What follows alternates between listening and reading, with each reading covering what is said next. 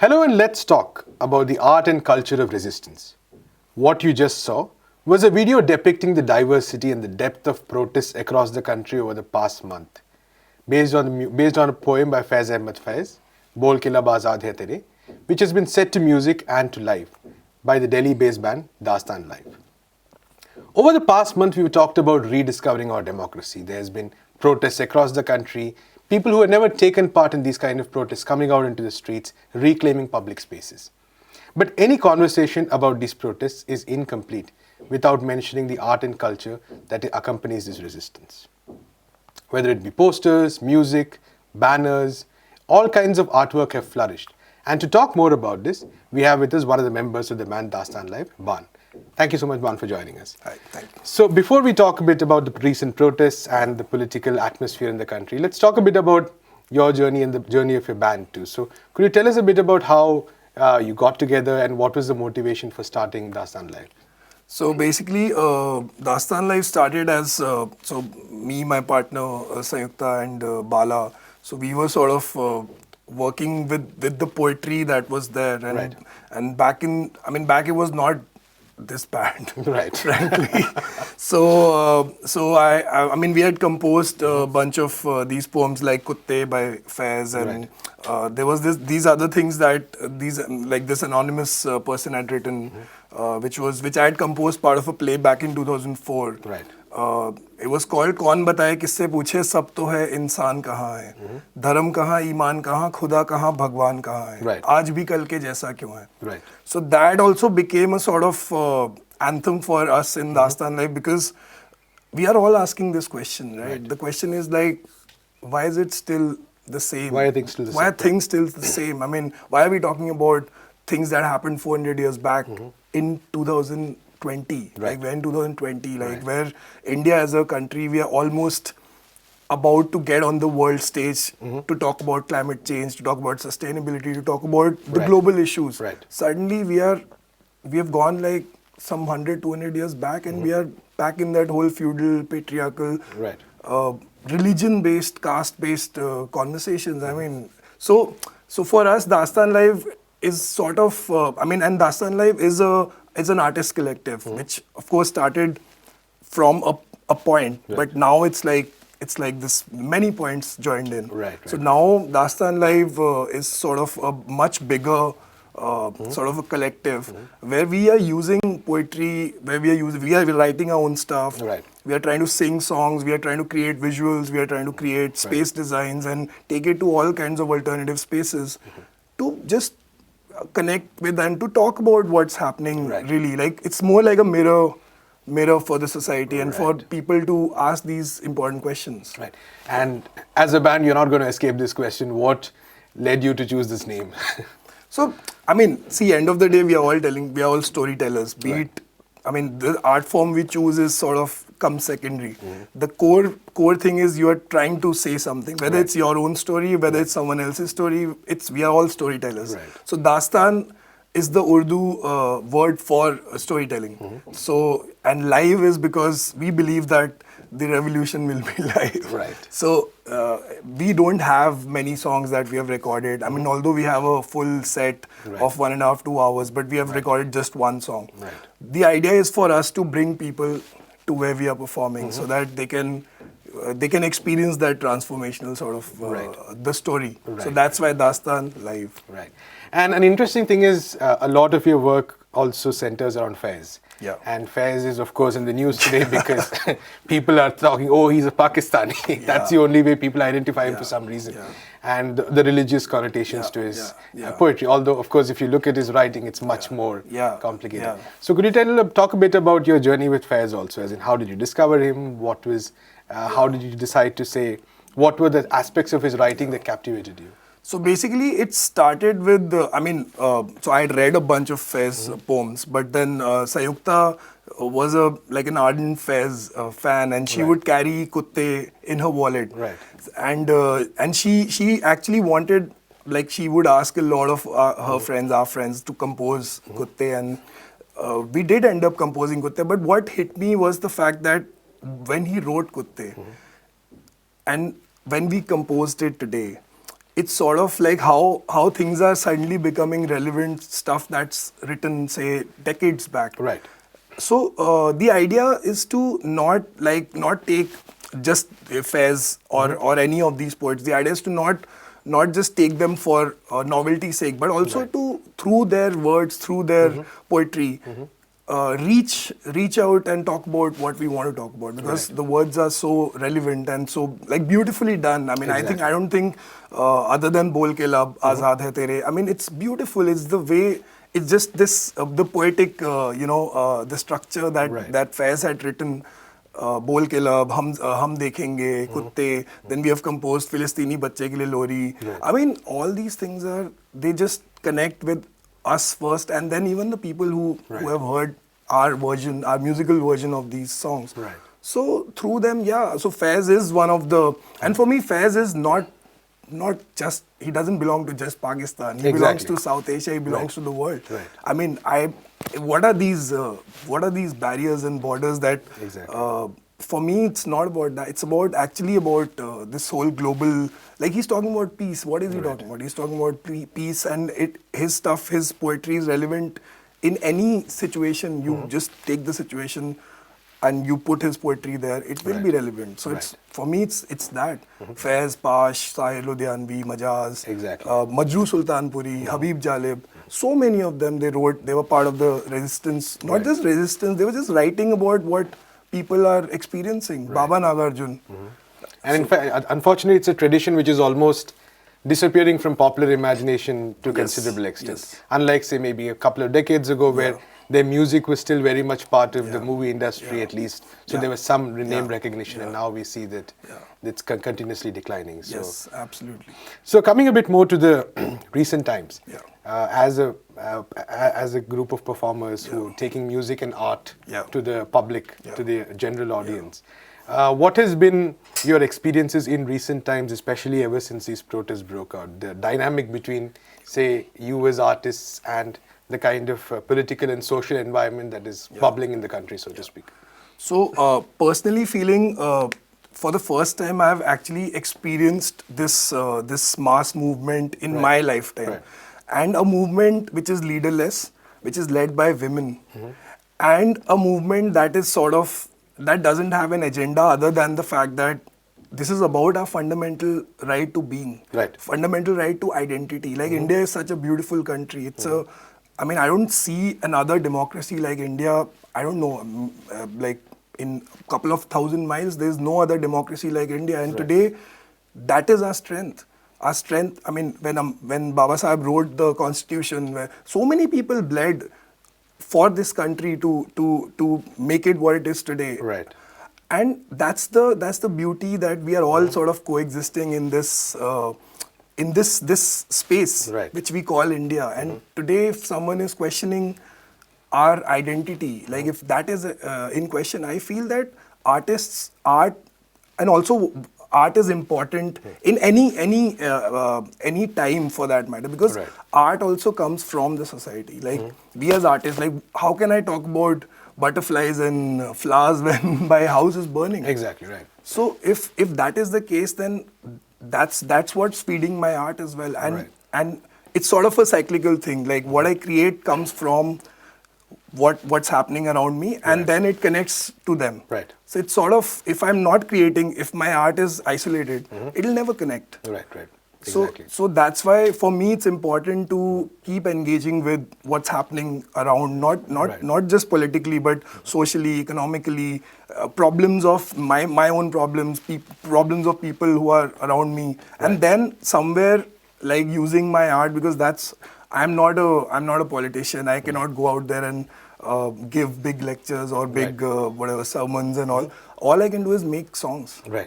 And that's what I do. So, and what feeds the emotion, feeds the songs, it's what's happening around us. And in recent times, have you been engaging with some of these protest spaces, and what has been the kind of responses that you've seen? As an individual, I've been engaging with a lot of these protest spaces, and it's important because, like I said, for me, it's it's a once in a lifetime opportunity, so to say, to see this kind of a movement, like a people's movement. Right. I was not part of the Nav Nirman movement when Jayaprakash Narayan it happened. I was not there when the independence movement was happening. Right. I'm here today. Right. So for me, it's really important to be a part of this movement because I'm a citizen of this country, and what's happening in this country, it affects me directly or indirectly. Right. So if I'm not part of it, then I don't think I am being true to my being a citizen of this country. So Right.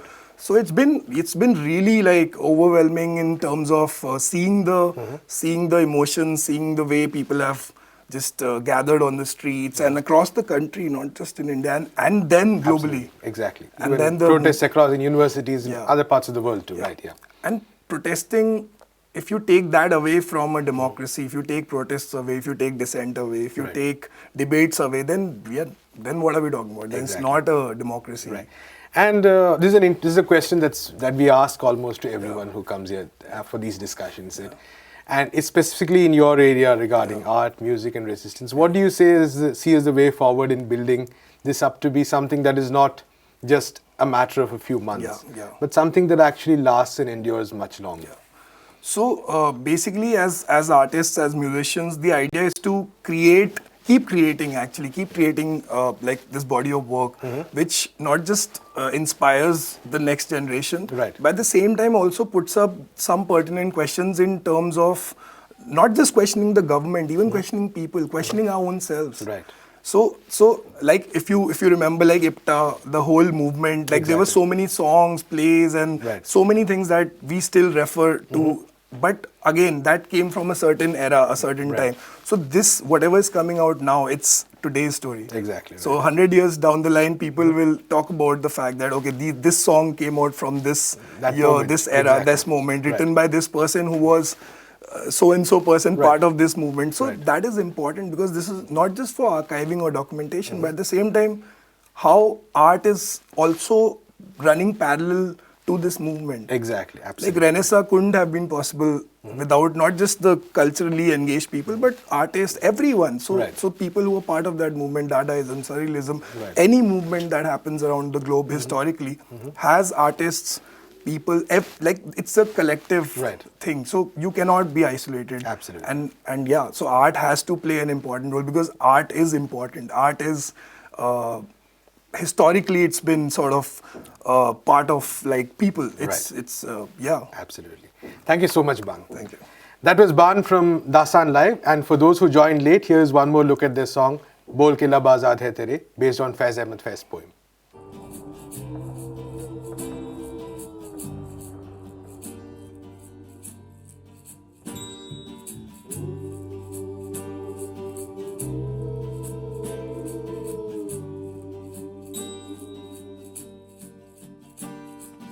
बोल के लब आजाद है तेरे,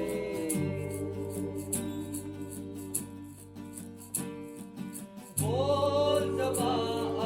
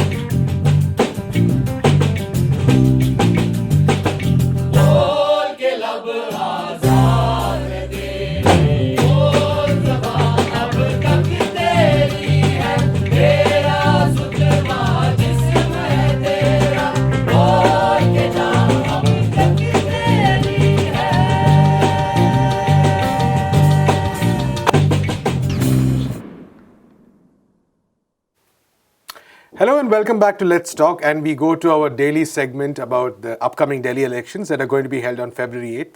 That's the battle for Delhi. To talk more about this, we have with us Sonali from NewsClick. Sonali, thank you for joining us. So the most recent development is that the AAP has released its manifesto, and now there's a lot of discussion going on about the relative merits of the BJP's and the AAP's manifestos. So what's your quick take on especially the AAP's manifesto? Yeah. So because the manifesto was just released, so I have not had the proper time to look at it. But I have seen a few points. They are generally they are offering the same things: recognition. I mean, schools, colleges, women's safety, Right. and everything that is there. One major thing is that they have promised to give 1 crore rupees as compensation for if any sanitation workers die. Okay, right. So yeah. that's one big promise there. They are also promising safety from ceiling, which is, as we know, right. it's a big deal It's a big for issue in Delhi. many parts of Delhi, yeah. Yeah. So these are some of the issues. They are also offering an amnesty scheme for old VAT People who are defaulted yeah, on old VAT. Okay, cases. okay, right. And unauthorized colonies again That's a is big issue, right? Yeah. one here, because BJP was actually basing their whole campaign on unauthorized colonies. They were saying that they have started the registration process, which is true, Right. but what people don't see is that this registration process will end after the elections. So they have promised regularizing the unauthorized colonies, but you don't know the end result, what Right. will happen. Right. So after 90 days of registration process, then there will be surveys, then they'll know what will happen. And the other thing is that still they have not changed the land use policy. Right. So a lot of these unauthorized colonies are either on DDA land or on agricultural land. So they have not changed that. Okay, let's say DDA land they can change because it's a government entity, so they can change that land easily. But what about the agricultural land? Right. How they are going to incorporate that? And if people do get registry Right. for their houses and they don't change the land use, then there are two owners of that property. So a lot of things are still very unclear, but they are hoping that people will vote for them just based on This this. is the BJP, right. Yeah, this is the BJP. Right. Yeah. So and plus, AAP is also saying that we will also regularize and we'll start the registration and everything. Right. They are saying that contract workers they will also regularize in many. I'm hoping, state government, I'm hoping sectors, the yeah. government entities. Right. But the thing is, our government, apart from all the things which we talk about on schools and hospitals where they have worked, it has benefited the working class or the lower Right. middle class. There is one thing where our government has, I will say failed, is the workers issue. Right. They have pushed for contract workers. A lot of, like in Delhi Jail Board, they have pushed for more contract workers. Now they are saying they'll regularize them. This is, again, seems like one of those promises which you do. Right, on paper, and then you just completely forget about it. national trend of contractualization Exactly. continues. Right, yeah. Then another thing with the workers is the minimum wage issue, which was like they declared a minimum wage, and then there was a police a case regarding all this. But the thing is, even though they declared a minimum wage, they did not implement. They are not thinking about how they will implement it. Right. They don't have the agencies. They are not empowering the agencies which will actually implement that, minimum wage is done. So in terms of policies, they are also pretty much similar than like the BJP or the rest Right. of the governments. So I don't see a policy change when it comes to workers. So that's one point where AAP could be. They should have know. they should have made a transition, especially since their achievements in healthcare and education have been quite praiseworthy. So this Exactly. would be a natural progression as far as their policies are concerned. Exactly. Right. So that's one thing. But if you see the Delhi election and the campaigns, both BJP and AAP, Congress doesn't seem to be in the Right. race at the moment, but both BJP and AAP is campaigning on its work. Mm-hmm. You know, we have changed Delhi schools, we Right. have Mohalla clinics, for exactly, instance, right. Mohalla clinics, Delhi government hospitals, everything is actually pretty. You Right. can see the change, you can Right. see the difference. People are saying, I've been to a few constituencies and people are very happy with their work. Right. And BJP, even though they started the campaign with unauthorized colonies, suddenly they have shifted towards communalization. Right. They are talking about terrorism, they are talking about Shaheen Bagh. Shaheen Bagh suddenly is a big issue. Right. And they are not addressing the issue. Even, yes, Shaheen Bagh is an issue, but you have to go and talk to those protesters. They are not doing that.